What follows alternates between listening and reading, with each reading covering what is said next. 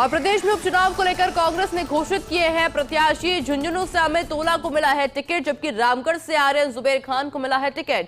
दौसा से डीसी बैरवा, देवली उनियारा से केसी मीणा को टिकट दिया गया है। सलुम्बर से रेशमा मीणा, 84 से महेश रोत को बनाया गया है उम्मीदवार, जबकि खिमसर से रतन चौधरी को मिला है टिकट। और इसी के साथ कांग्रेस के द्वारा अपने उम्मीदवारों की सूची जारी कर दी गई है। प्रदेश में उपचुनाव को लेकर कांग्रेस के द्वारा अपने उम्मीदवारों की घोषणा की गई है। हालांकि भारतीय जनता पार्टी के द्वारा अपने उम्मीदवारों की जो लिस्ट है पहले ही जारी की जा चुकी है। और ऐसे में झुंझुनू से अमित तोला चुनावी मैदान में रहने वाले हैं, जबकि रामगढ़ से आर्यन जुबेर खान चुनावी मैदान में होंगे। दौसा से डीसी बैरवा, देवली उनियारा से केसी मीणा को टिकट दिया गया है, जबकि सलुम्बर से रेशमा मीणा और 84 से महेश रोत को अपना उम्मीदवार बनाया गया है। खिमसर से रतन चौधरी को टिकट दिया गया है। मेरे साथ में एसोसिएट एडिटर नरेश शर्मा जुड़ चुके हैं। नरेश जी, 3 सीटें ऐसी हैं जहां पर सांसदों की पसंद पर टिकट दिए गए हैं और ऐसे में उनके ऊपर अब जिम्मा आ जाता है जिताने का। देखिए, बिल्कुल जो पूरा मंथन हुआ था कांग्रेस की टिकट वितरण को लेके, तब ये सभी चीजें देखी गई थी कि इन उम्मीदवारों के लिए किसकी सिफारिश है, कौन चाहता है, किसकी चॉइस है। तो जिन्होंने इनकी सिफारिश की है, जिम्मेदारी भी उन्हीं की रहेगी उनको जितवाने की। तो हार जीत का जो भी परिणाम होता है वो उन्हीं के खाते में जाएगा। तो 3 सांसदों की आपने बात की है। देवली उनियारा से हरीश मीणा सांसद बने हैं, क्योंकि पहले विधायक थे। दौसा से मुरारीलाल मीणा की बात करें और झुंझुनू से ब्रिजेंद्र ओला, ये तीनों पहले विधायक थे, तीनों ही सांसद बने हैं। लेकिन अब जब टिकट वितरण हुआ है उपचुनाव के लिए, तो इन तीनों सांसदों की जो चॉइस है उसको ही तरजीह दी गई है। उन्होंने जो नाम बताए थे उनको ही टिकट दी गई है। ब्रिजेंद्र ओला ने अपने बेटे को टिकट दिलवाई है, अमित ओला को, जो आज 11 बजे नामांकन दाखिल करेंगे। देवली उनियारा में हरीश मीणा ने जो है वो केसी मीणा को टिकट दिलाई है, नया चेहरा है। और इसी तरह से जो मुरारीलाल मीणा है, उन्होंने दीनदयाल बैरवा है, उनको टिकट दिलाई है। तो ये पार्टी आलाकमान ने भी ये फाइनल किया था कि सांसद जो चाहते हैं भले ही उनको टिकट दे दिया जाए, लेकिन अब जितवाने की जिम्मेदारी भी इन्हीं सांसदों की होगी। इसके अलावा कुछ जो नए चेहरे उतारे गए हैं, तो उसमें भी तमाम जो नेता है, खासकर जो कोऑर्डिनेशन कमेटी की बैठक हुई थी कांग्रेस की, उसमें सभी वरिष्ठ नेता थे, जिसमें गोविंद सिंह डोटासरा, सुखजीत रंधावा है, टीकाराम जूली, अशोक गहलोत, जितेंद्र सिंह, सीपी जोशी, ये तमाम नेता मौजूद थे। उनकी मौजूदगी में ही पूरा डिस्कशन हुआ था। उसके बाद पैनल बनाए थे। कुछ जगह जो थे वो सिंगल पैनल थे, कुछ जगह 2 नामों के पैनल थे। तो उसमें तमाम विकल्प और उनके जो कहते हैं प्लस माइनस देख के और सभी डिटेल आला कमान को भेजी गई थी। उसके आधार पर फिर इनका चयन किया गया है। और जहाँ तक तमाम जो सीटों की बात करें, तो सबसे जो युवा चेहरा है वो 84 से है। 84 से जो महेश रोत है, यूथ कांग्रेस के रहे हैं, उनको टिकट दी गई है इस टिकट में। और सलुम्बर की टिकट में, दोनों जो आदिवासी क्षेत्र की टिकट है, इसमें अशोक चांदना है, उनकी जो फीडबैक है उनको काफी तरजीह दी गई है। अशोक चांदना जो पूर्व मंत्री है, उनको सलुम्बर का जो पर्यवेक्षक बनाया गया था। तो सलुम्बर के जो पार्टी कार्यकर्ता है और इसके अलावा पदाधिकारी है उस क्षेत्र के, उनसे फीडबैक लेने के बाद में रेशमा मीणा का नाम तय किया गया है। रघुवीर मीणा यहाँ से प्रबल दावेदार थे पहले, लेकिन वो लगातार चुनाव हार रहे थे। इस कारण से पार्टी अब कोई जोखिम उठाना नहीं चाहती थी। पार्टी का मानना था कि भले ही परिणाम कुछ भी हो, लेकिन कम से कम अब नया चेहरे को आजमाया जाए। ऐसी स्थिति 84 की है। और जैसे आज मैंने पहले ही बताया था, इन तमाम जो 7 सीटें हैं उनमें से करीब 4 सीटों में अभी स्थिति है कि त्रिकोणीय मुकाबला होगा। 2 सीटें और है ऐसी, अगर हम खासकर बात करें देवली उनियारा की बात करें और इसके अलावा दौसा की, अगर यहाँ पे कोई कांग्रेस का बागी खड़ा होता है तो फिर स्थिति फिर त्रिकोणीय जैसी यहाँ बन सकती है, जो कांग्रेस के लिए नुकसानदायक हो सकती है।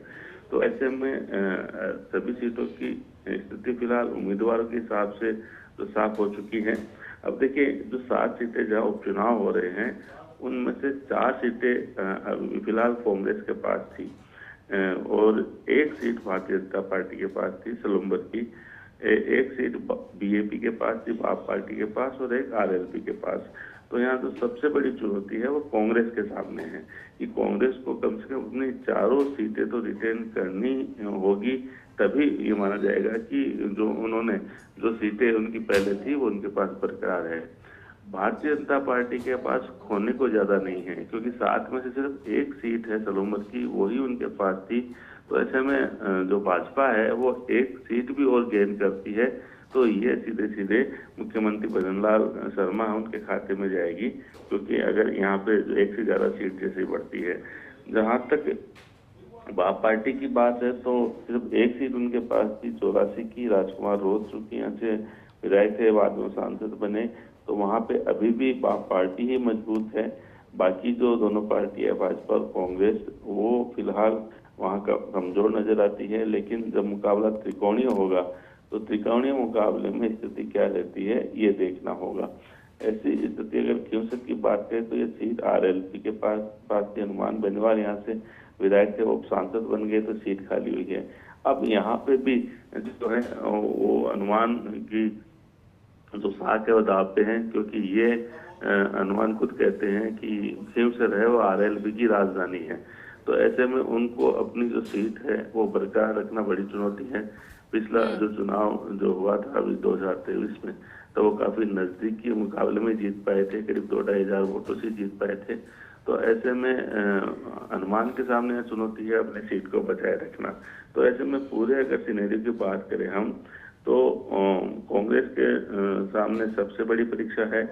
भाजपा के पास खोने को कुछ नहीं है। भाजपा की कोशिश रहेगी कि जो सलूम्बर की 1 सीट थी उसको बरकरार रखते हुए बाकी में से भी सीटें जीते, तो उनकी फिर ये कह सकते हैं कि सरकार की भी जो कामकाज है उन पर मोहर लगाना चाहती है, और साथ में मुख्यमंत्री भजनलाल शर्मा है वो भी अपनी जो रणनीतिक कौशल है उसका यहाँ उदाहरण पेश करना चाहेंगे।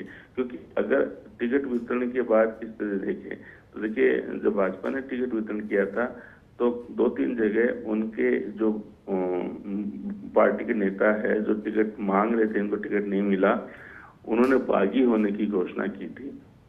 लेकिन उसके बाद मुख्यमंत्री भजनलाल शर्मा ने वहां पे डैमेज कंट्रोल का काम संभाला, और जहां जहां बागी होने की संभावना थी उन सभी नेताओं को मना लिया। तो डैमेज कंट्रोल बहुत जल्दी किया है। अब बात है कांग्रेस की। कांग्रेस की टिकट है वो देर रात अनाउंस हुई है, आज उसकी प्रतिक्रिया देखने को मिलेगी। हो सकता है कई जगह विरोध हो, तो उस विरोध को क्या भाजपा की तरह जल्दी से कांग्रेस भी डैमेज कंट्रोल कर पाती है, उस विरोध को रोक पाती है, ये सबसे बड़ी चुनौती होगी। तो ऐसे में कांग्रेस के सामने पहला जो काम है वो तो यह है कि जो भी कहीं अगर विरोधी खड़े होते हैं तो उनको बैठाना, कांग्रेस का समर्थन में उनको बनाए रखना।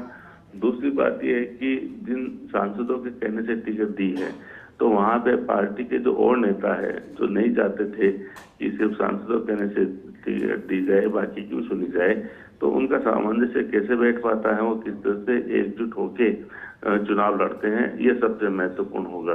तो अब चूंकि उम्मीदवार है वो लगभग घोषित हो चुके हैं, अब चुनाव प्रचार की जो रणनीति है वो भी काफी महत्वपूर्ण रहेगी कि चुनाव प्रचार में बड़े नेता कौन कौन आते हैं, कहाँ कहाँ सभाएं होती है, क्या नुक्कड़ सभा पर ज्यादा जोर दिया जाता है, बड़ी जो सभाएं भी होंगी, जो दिल्ली के राष्ट्रीय नेता दोनों ही पार्टी के क्या वो भी आते हैं। लेकिन बहरहाल अगर हम टिकट वितरण में, नामांकन में और प्रचार में माने तो अभी भाजपा है वो कांग्रेस से थोड़ी आगे नजर आती है। क्योंकि आज की हम बात करें, 4 जगह मुख्यमंत्री भजनलाल शर्मा जा रहे हैं, अपने पार्टी के उम्मीदवारों की नामांकन रैली में, जबकि कांग्रेस का अभी ऐसा कोई कार्यक्रम जारी नहीं किया गया है। उम्मीदवार में भी जो भाजपा है उन्होंने बाजी मारी थी, जल्दी उम्मीदवार घोषित किए थे, वहाँ डैमेज कंट्रोल जल्दी हुआ, उनके जो तैयारी का समय उनको थोड़ा ज्यादा मिला। कांग्रेस ने थोड़ा देरी से जो है टिकट का जो अनाउंसमेंट किया है, लेकिन इसका मतलब ये नहीं है कि कांग्रेस की अपनी रणनीति नहीं रही है। कांग्रेस की अपनी कोई रणनीति रही होगी, अपना कुछ उन्होंने प्लान किया होगा, उसके आधार पे वो आगे बढ़ रहे होंगे। और बिल्कुल इसीलिए कहते हैं नरेश जी की देर आए दुरुस्त आए, और आखिरकार जो लिस्ट है वो कांग्रेस के द्वारा जारी कर दी गई है। बहुत बहुत शुक्रिया नरेश जी आपकी तमाम जानकारी के लिए।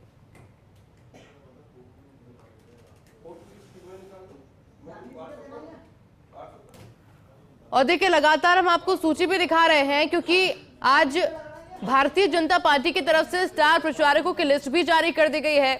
आज तमाम कार्यक्रम प्रस्तावित भी भारतीय जनता पार्टी के रहने वाले हैं, लेकिन जिस तरह से भी नरेश जी भी जानकारी दे रहे थे, कांग्रेस थोड़ी पीछे जरूर है, लेकिन जब जब चुनावी मैदान में कांग्रेस पार्टी नजर आती है तो अपनी एक अलग स्ट्रैटेजी, एक अलग रणनीति के साथ में कांग्रेस पार्टी हमेशा से नजर आती है। हालांकि देखना होगा कि इस बार उनकी स्ट्रैटेजी क्या कुछ रहने वाली है, क्योंकि ब्रजेंद्र ओला के बेटे अमित ओला आज नामांकन दाखिल करने वाले हैं। आज सुबह 11 बजे नामांकन दाखिल करेंगे अमित ओला। और इसके अलावा हम लगातार आपको नाम भी दिखा रहे हैं जहां पर उम्मीदवारों की घोषणा की जा चुकी है। मेरे साथ में senior special reporter Dinesh Dangi भी जुड़ चुके हैं। दिनेश जी, क्योंकि बीजेपी की द्वारा लिस्ट पहले जारी की जा चुकी है, कांग्रेस की लिस्ट सामने आ चुकी है, अगर समीकरण निकाला जाए दोनों सूचियों का, कितना चैलेंजिंग कांग्रेस के लिए रहने वाला है?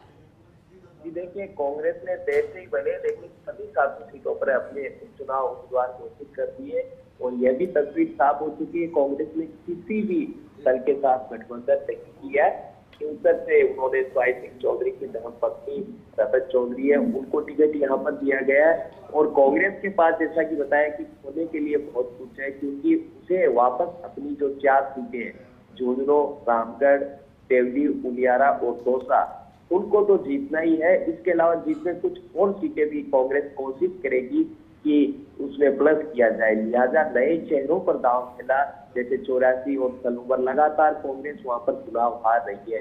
तो ऐसे में युवा, नए चेहरे और महिला चेहरे पर कांग्रेस पार्टी ने इन दोनों सीटों पर है वो अपना दांव है वो खेला है। वो कितना कारगर साबित होता है ये परिणाम से पता चलेगा। 2 जगह परिवार में ही टिकट दिया गया है। शीशा मोला जो एक झुंझुनू के कदाव नेता होते थे, उनकी तीसरी पीढ़ी है अमित ओला, जो सांसद है झुंझुनू से विजेंद्र ओला, उसके बेटे हैं, उनको टिकट यहाँ पर दिया गया है।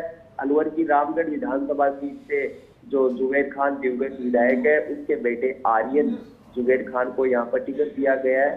दौसा में नए चेहरे पर कांग्रेस पार्टी ने दांव यहाँ पर खेला है। डीडी बेरुआ को उन्होंने टिकट दिया। इसी तरह एक नए चेहरे को मौका दिया है यहाँ पर देवली उलियारा में, केसी मीणा को यहाँ से टिकट दिया गया है। कोई बड़ा नाम वो यहाँ पर है नहीं, कांग्रेस से उनसे ज्यादा उनका नाता रहा नहीं, लेकिन नए चेहरों को यहाँ पर मौका दिया गया है कि अब कल ही उम्मीदवारों का ऐलान किया, धीरे धीरे आगे तस्वीर साफ होगी। आज और कल नामांकन दाखिल करेंगे कुछ उम्मीदवार, उसके बाद जिस तरह चुनाव धीरे धीरे आगे बढ़ेगा तब ये तस्वीर साफ होगी। लेकिन चुनौती कांग्रेस के सामने काफी बड़ी है। अपनी 4 सीट पर वापस जीत दर्ज करना कांग्रेस के लिए एक बड़ा टास्क है, बड़ा यहाँ पर चैलेंज है। और इस तरह सारे नेता एकजुटता दिखाते हुए कोशिश करेंगे, इन उम्मीदवारों को जिताने के लिए प्रयास करेंगे। ये भी काफी गौर करने वाली बात है, क्योंकि कई तरह के राजनीतिक बातें और समीकरणों की बातें यहाँ पर चल रही है, लेकिन धीरे धीरे चुनाव जो परवान चलेगा, खासतौर से दिवाली के बाद ही पूरा प्रचार है, वो कह सकते हैं कि पीठ पर रहेगा, वो रफ्तार यहाँ पर पकड़ेगा। तो कांग्रेस पार्टी ने देर रात यानी करीब रात 12:15 बजे अपने उम्मीदवारों की सूची यहाँ पर जारी की। 2 महिलाओं को टिकट दिया गया है, एक अल्पसंख्यक चेहरे को रामगढ़ से टिकट दिया गया है। इसके अलावा नए चेहरों को मौका दिया गया है। और कह सकते हैं कि 84 और सलूबर कांग्रेस ने एक जो अपनी युवाओं और महिलाओं को मौका देने की रणनीति पर काम किया कि हम वहाँ काफी कमजोर है, प्रदर्शन वहाँ पर कैसे रहेगा ये कांग्रेस पार्टी भली भांति जानती है, लेकिन ऐसे में युवा ऊर्जावान और मेहनती चेहरों को मौका दिया जाए। इस रणनीति के तहत दोनों सीटें यहाँ पर बांटी गई है और हनुमान मेरीवाल के साथ अंत तक गठबंधन होने के कयास लगते रहे, लेकिन लास्ट को वो तस्वीर भी साफ हो गई और कांग्रेस पार्टी ने वहां भी अपना उम्मीदवार उतार दिया गया है। तो अब नामांकन का कल आखिरी दिन है, आज और कल ये उम्मीदवार अपना नामांकन है वो दाखिल कर देंगे और उसके बाद दिवाली तक कह सकते हैं कि चुनाव पूरी तरह से शबाब पर रहेगा, पूरी तरह परवान पर रहेगा और उसके बाद दिवाली बाद बड़े नेता है वो सभाएं रैलियां यहाँ पर करेंगे और आगे चुनाव की किस तरफ करवट लेता है ये भी गौर करने वाली बात होगी। तो कांग्रेस ने देरी से उम्मीदवारों की घोषणा की क्योंकि बीजेपी ने बहुत पहले उम्मीदवार यहाँ पर घोषित कर दिए थे, लेकिन कांग्रेस पार्टी ने देर रात अपने उम्मीदवार यहाँ पर घोषित किए गए और कांग्रेस पार्टी का दावा है कि सभी सीटों पर शानदार परफॉर्मेंस है वो यहाँ उनकी रहेगी। जी बिल्कुल दिनेश जी, टास्क रहने वाला है कांग्रेस पार्टी के लिए, लेकिन देखने वाली बात यही होगी कि इस टास्क को किस स्ट्रैटेजी के साथ में पूरा करते हुए कांग्रेस पार्टी नजर आती है। बहुत बहुत शुक्रिया दिनेश जी आपको जुड़ने के लिए, तमाम जानकारी साझा करने के लिए। और इसलिए हम कहते हैं देखिए इलेक्शन मतलब फर्स्ट इंडिया न्यूज, क्योंकि हमने पहले ही इन तमाम नामों को लेकर के संकेत दे दिए थे और एक बार फिर से लगी कांग्रेस उम्मीदवारों की सूची पर मुहर। फर्स्ट इंडिया ने 3 दिन पहले ही बता दिए थे 7 सीटों के उम्मीदवार और आज आधिकारिक रूप से इन्हीं नामों की घोषणा हो चुकी है। आपको याद होगा 3 दिन पहले इन तमाम नामों को लेकर संकेत फर्स्ट इंडिया के द्वारा पहले ही दिए जा चुके थे। एक एक सीट को लेकर समीकरण भी फर्स्ट इंडिया के न्यूज के द्वारा बताया गया था और आज जब आधिकारिक तौर पर भी इन्हीं नामों पर मुहर लग चुकी है। प्रत्याशियों की लिस्ट सामने आ चुकी है और आज ब्रजेंद्र ओला के बेटे यानी कि अमित ओला नामांकन दाखिल करने वाले हैं। आज सुबह 11 बजे नामांकन दाखिल करेंगे अमित ओला और इसलिए हम पूरा समीकरण भी आपको बता रहे हैं क्योंकि भारतीय जनता पार्टी के द्वारा पहले ही सूची जारी की जा चुकी थी और ऐसे में एक चैलेंज था कांग्रेस पार्टी के लिए कि वो ऐसे कौन से जिताऊ उम्मीदवार उन सीटों से उतारे और पूरी स्ट्रैटेजी को बदल दिया जाए। हालांकि आपको याद होगा गोविंद सिंह डोटासरा के द्वारा पहले ही साफ तौर पर कह दिया गया था कि हम गठबंधन नहीं करेंगे और साथ ही में सभी सीटों पर कांग्रेस अपने उम्मीदवार उतारेगी और ठीक वैसा ही हुआ है। तमाम बैठकें हुई, तमाम फीडबैक लिए गए और उसके बाद में एक सोची समझी रणनीति जिसके तहत ये तमाम जो नाम है उनकी घोषणा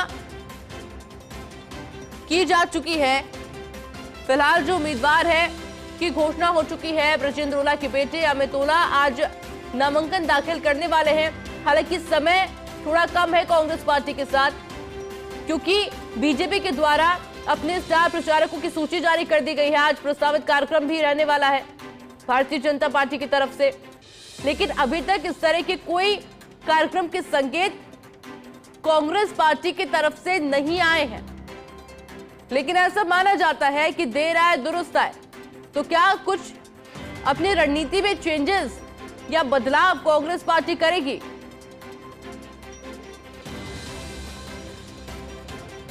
जिन चेहरों को चुनावी मैदान में उतारा गया है वो कितना कमाल चुनावी मैदान में दिखा पाते हैं, क्योंकि भारतीय जनता पार्टी ने भी पहले ही नामों की घोषणा करके एक टास्क कांग्रेस पार्टी को दे दिया था और अभी आगामी चुनावों को लेकर पार्टियां दोनों ही फिलहाल एक्टिव नजर आ रही है, लेकिन थोड़ी ज्यादा एक्टिव है भारतीय जनता पार्टी जो कि लगातार उपचुनाव को लेकर मुख्यमंत्री वजुलाल शर्मा भी पूरी तरीके से एक्टिव और गंभीर नजर आ रहे हैं।